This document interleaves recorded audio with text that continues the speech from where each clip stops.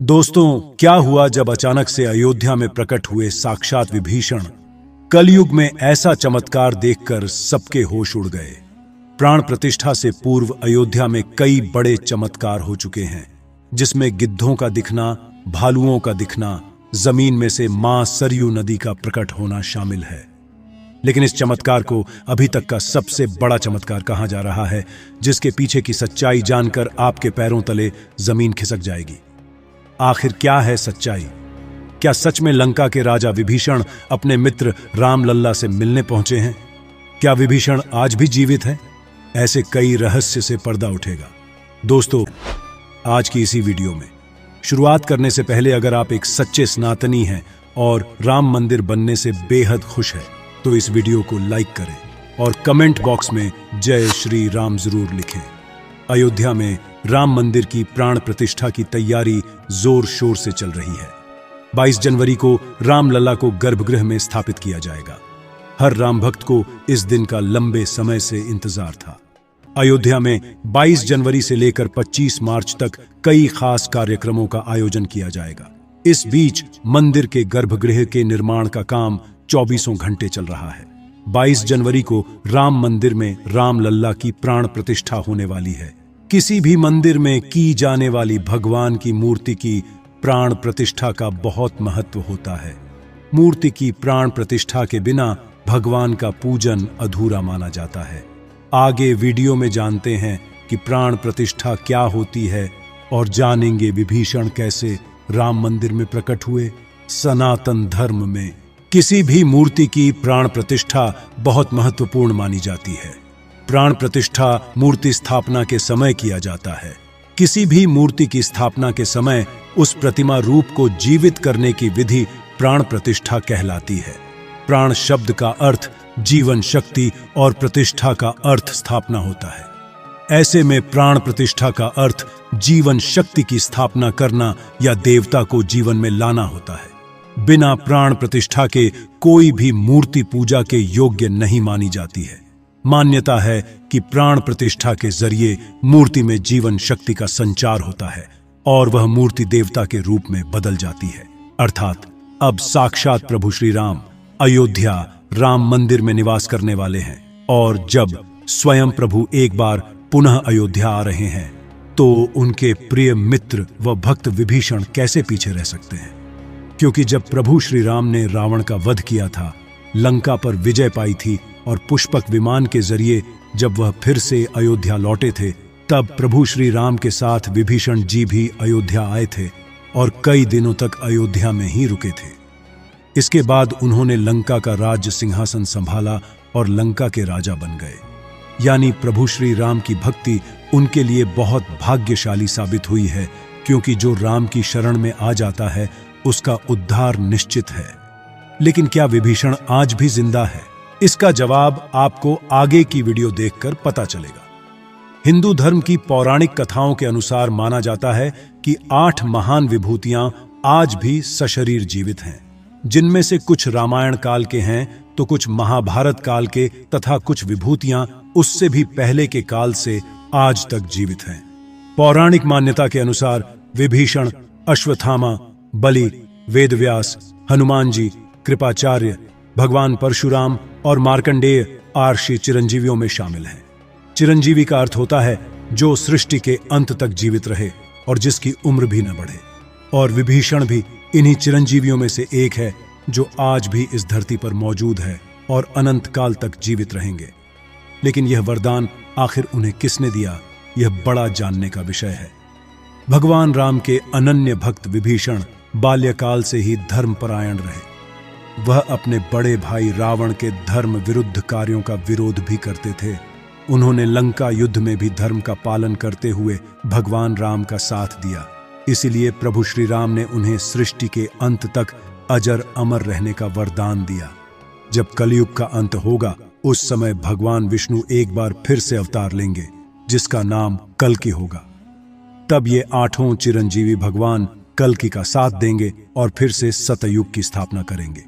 इसका मतलब यही निकलता है कि विभीषण आज भी जीवित है। लेकिन आखिर प्राण प्रतिष्ठा से पहले उन्हें राम मंदिर में उन्हें कब और कैसे देखा गया? आगे वीडियो में जो घटना हम आपको बताने वाले, उसे सुनकर आपके होश उड़ जाएंगे। ये घटना 11 जनवरी रात्रि 12 बजे की। रोजाना की तरह सभी मजदूर राम मंदिर के गर्भगृह का कार्य करके अपने तंबू में विश्राम कर रहे थे।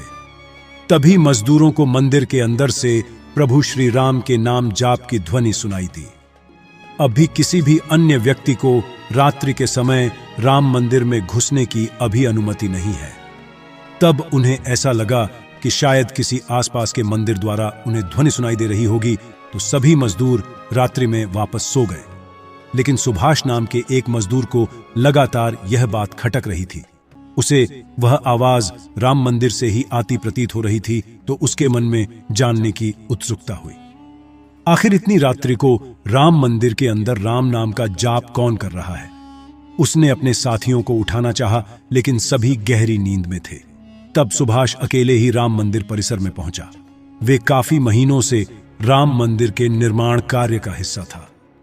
उसे राम मंदिर का एक एक दरवाजा, एक एक कोना अच्छी तरह से पता था। जब उसने राम मंदिर के गर्भगृह में झांक कर देखा, तो वहां पर एक बहुत ही दिव्य पुरुष, जिनके अंदर से काफी तेज प्रकट हो रहा था, वे अपने हाथों में माला लिए राम नाम का जाप कर रहे थे। ऐसा लग रहा था मानो वे काफी दिव्य पुरुष हों और किसी पौराणिक समय से आए हों। उनके बैठने का तरीका और उनका अंदाज राजाओं की तरह मालूम पड्डी टीडी आच रहा था। सुभाष ये नजारा देखकर दंग रह गया। इसके बाद सुरेश अपने साथी मजदूरों के पास गया और उन्हें यह सारी सच्चाई बताई। और जब सब मिलकर राम मंदिर गर्भगृह तक पहुंचे, तो सभी के होश उड्डडियाच गए, क्योंकि वह दिव्य व्यक्ति वहां से गायब हो चुके थे। क्योंकि रात्रि का समय चल रहा था, तो सभी लोग सुभाष की बातों को भ्रम समझ रहे थे और कोई भी उसकी बात को मानने को तैयार नहीं था। लेकिन सुभाष जानता था, उसने जो देखा है वह बहुत बद्धा चमत्कार है। लेकिन उसके मन में एक ही सवाल था कि रात्रि 12 बजे राम मंदिर में राम नाम का जाप करते हैं, वह दिव्य पुरुष आखिर थे कौन? क्योंकि आज के समय में किसी भी पुरुष के अंदर इतना तेज नहीं हो सकता। उनका संबंध पौराणिक काल से ही हो सकता है। और अगर रामायण काल की बात करें, तो 2 ही शख्सियत है जिनके होने का दावा आज भी कलयुग में कहा जाता है। पहले हैं हनुमान जी और दूसरे हैं विभीषण। तो पूरी संभावना यही है कि सुभाष ने राम मंदिर में रात्रि के समय जिस महापुरुष को देखा था, वह राजा विभीषण हो सकते हैं, क्योंकि वह आज भी धरती पर जीवित है और 8 चिरंजीवियों में से एक है। ऐसे दिव्य मौके पर राम मंदिर में कई चमत्कार लगातार हो रहे हैं। जहां कहीं दिव्य शक्तियां भी राम भगवान के स्वागत के लिए अयोध्या आ पहुंची है। राम मंदिर के उद्घाटन की तैयारी अब अंतिम चरण में है। इस बीच एक ओर जहां श्री राम जन्मभूमि तीर्थ क्षेत्र ट्रस्ट लगातार तैयारी की जानकारी साझा कर रहा है, वहीं राम मंदिर के इस महायज्ञ में देश का हर राम भक्त अपनी आहुति अर्पित कर रहा है। आने वाली 22 तारीख के मौके पर कई संत महात्मा और जिन भक्तों ने राम मंदिर के लिए संघर्ष किया, वो सभी अयोध्या पहुंचेंगे। न केवल 22 जनवरी को, बल्कि 12 जनवरी से ही मेहमानों का अयोध्या जाने का सिलसिला शुरू हो जाएगा। रामनगरी में 11,000 से ज्यादा वीआईपी मेहमानों के स्वागत की तैयारी की जा रही है। एक समय था जब यहीं अयोध्या में रामलला टेंट में विराजमान थे। आज पक्का घर सिर्फ रामलला को ही नहीं, बल्कि पक्का घर देश के 4 करोड़ गरीबों को भी मिला है। रामायण के समय में अयोध्या को स्वर्ग कहा जाता था। देवता इस स्वर्णिम नगरी कहते थे, क्योंकि यह नगर चारों तरफ से हर प्रकार की सुविधा से युक्त था। लेकिन जब मुगल आक्रांताओं ने भारत पर आक्रमण किया, तो पूरे अयोध्या नगर को उजाड़ कर रख दिया। मंदिर के ध्वस्त होने के बाद कई सालों तक यह भूमि वीरान रही और किसी भी हिंदू सनातनी को इस क्षेत्र में आने की अनुमति तक नहीं थी। लेकिन पुनः प्रभु श्री राम जी की कृपा हुई। यहां श्री राम का भव्य मंदिर बनने के बाद यहां आने वाले लोगों की संख्या में बहुत बड़ी वृद्धि होगी।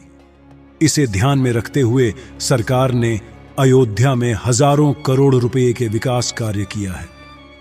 राम मंदिर की प्राण प्रतिष्ठा से पहले प्रधानमंत्री मोदी ने अयोध्या में अलग अलग विकास कार्यों का उद्घाटन किया और महर्षि वाल्मीकि इंटरनेशनल एयरपोर्ट अयोध्या धाम भी लोगों को तोहफे में दिया। इस एयरपोर्ट को पूरी तरह से भगवान राम से जोड़ा गया है, जिसकी दीवारों पर भी आपको श्री राम से जुड़ी सजावट देखने को मिलेगी। इस एयरपोर्ट के अंदर घुसते ही हमेशा लगता है हम फिर से रामायण काल में आ गए हों। आपको बता दें कि इस एयरपोर्ट को 20 महीने के रिकॉर्ड समय में तैयार किया गया है। उत्तर प्रदेश सरकार की ओर से अयोध्या एयरपोर्ट के लिए 821 एकड़ भूमि मुहैया कराई गई थी। 14 साल का वनवास पूरा करके और रावण का वध करके जब भगवान श्री राम पुनः अयोध्या पहुंचे थे तो अयोध्या के घर घर में दिवाली मनाई गई थी। हर घर में दीपक प्रज्वलित किए गए थे। जब अब पुनः प्रभु श्री राम अपने धाम को लौटने वाले हैं तो हम 140 करोड़ देशवासी आखिर कैसे पीछे रह सकते हैं। अयोध्या में विवादित स्थल पर 500 साल बाद प्रभु श्री राम के मंदिर निर्माण और श्री राम लल्ला की स्थापना के जश्न में 22 जनवरी को सिर्फ देश ही नहीं बल्कि पूरी दुनिया दिवाली की रोशनी से जगमग होगी।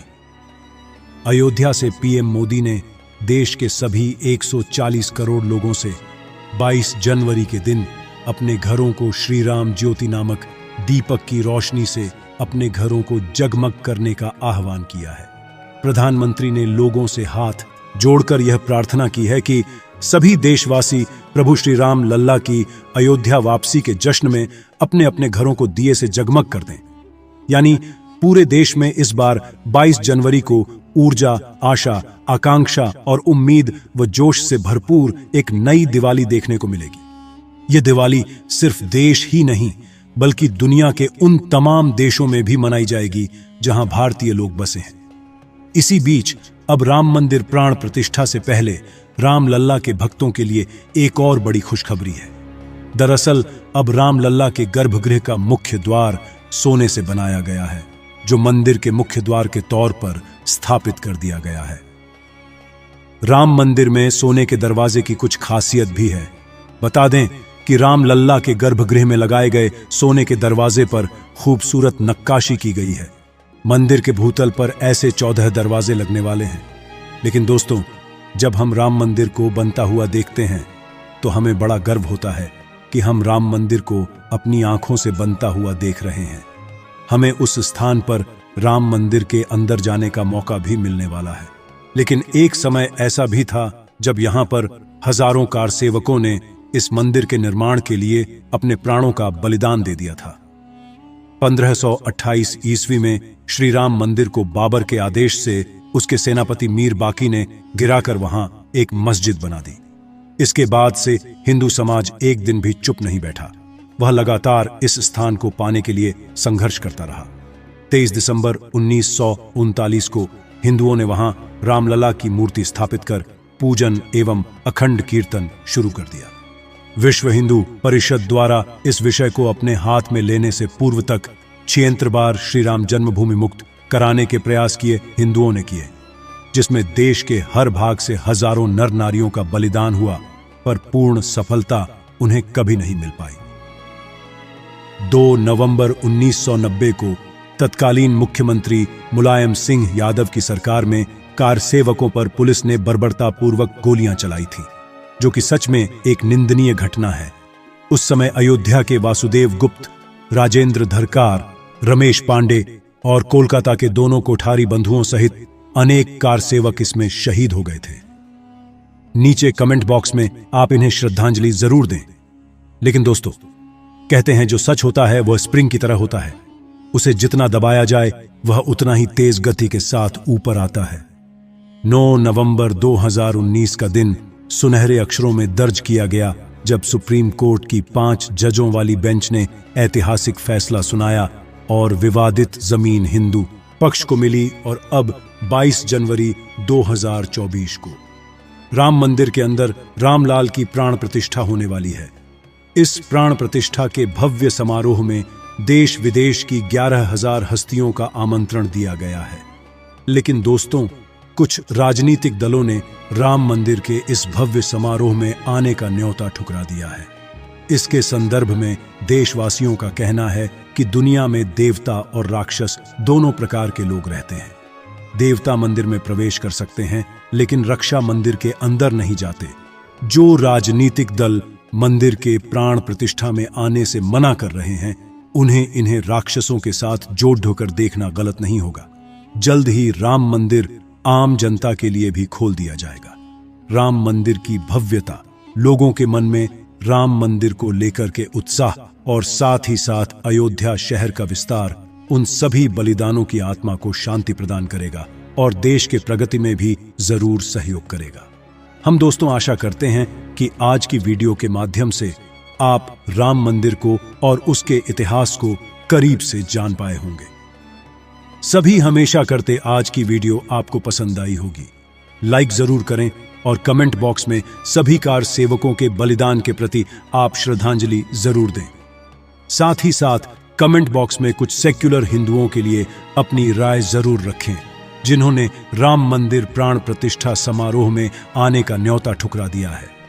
हमारे चैनल माइंडेड मैन को सब्सक्राइब जरूर कर लें, ताकि आपको हमेशा ऐसी सत्य चमत्कारी घटनाएं देखने को मिलती रहे। अभी के लिए आप सभी को जय श्री राम।